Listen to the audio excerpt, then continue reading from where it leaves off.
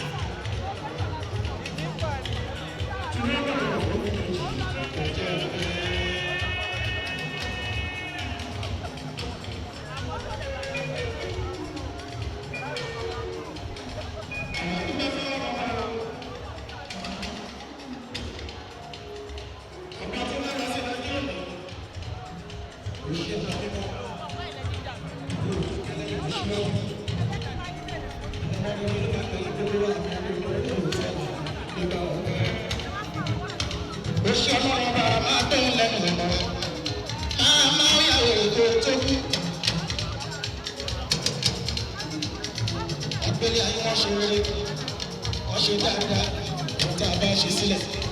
Òun la máa bá àgbẹ̀ mẹ́rẹ̀ òun sẹ́yìn tàbí wọ́n ṣe kí gbọ́ lè ṣe.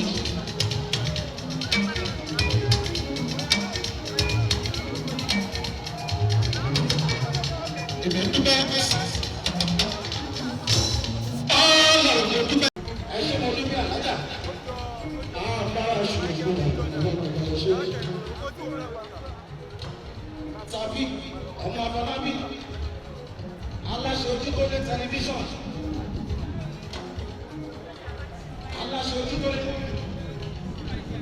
ṣe àdúgbò èyí kò gbọjọ nínú àkókò ọjọ́ ọ̀rọ̀ ìtẹ